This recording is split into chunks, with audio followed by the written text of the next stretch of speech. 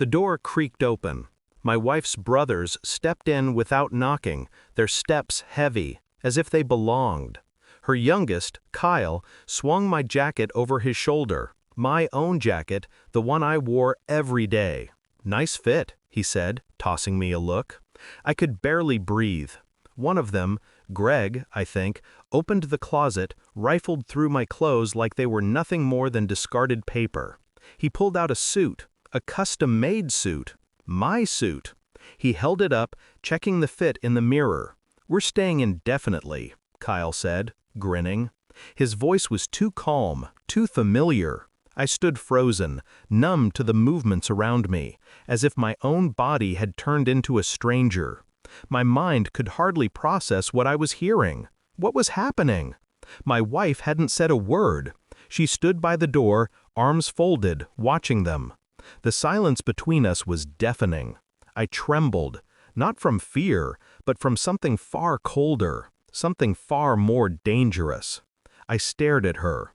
She didn't meet my eyes. She never did anymore. It wasn't the first time I'd felt the walls closing in.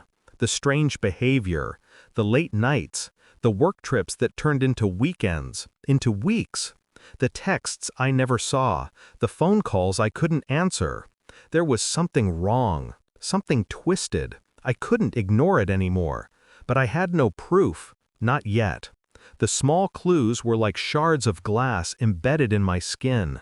A piece of jewelry that wasn't mine, a strange perfume lingering on her pillow, and the biggest sign of all, her silence.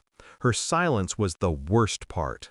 She'd stopped defending herself. No explanations, no excuses. Only a void where love used to be. I kept my calm. I did nothing, but I watched. Quiet, cold. Every detail of their interaction, every whisper between them. I couldn't confront her, not yet. I needed to know the truth first, the lies they were building. And I wasn't sure how far they would go. I spent the next few days in a haze of calculated observation. The house had become a prison. Every morning I made coffee, waiting, watching for the signs. Her phone, her laptop, her emails. I was methodical, never rushing. I had to remain calm, unaffected. I'd never been one to make impulsive decisions, but this felt different. Her betrayal wasn't about just one thing, it was everything.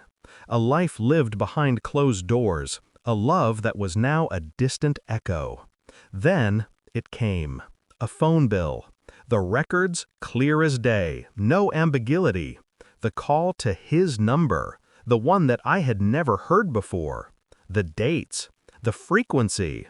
I couldn't breathe, but I kept it together. I needed more, a name, a place, a confession.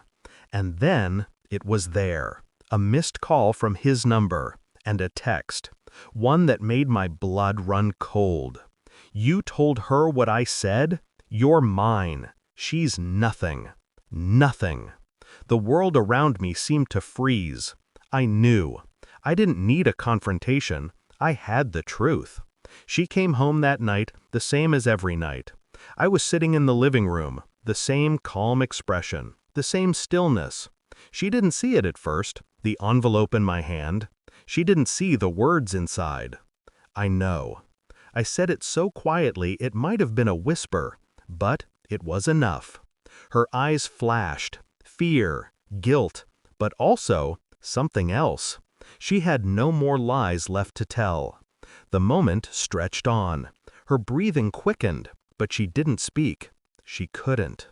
"Who else?" I asked, my voice still calm, devoid of any accusation, just a question. She didn't answer. "I know," I repeated. The truth hung between us, thick and suffocating. The silence swallowed her whole. I didn't yell. I didn't throw accusations. I didn't need to. Instead, I stood up, walked past her, and opened the front door.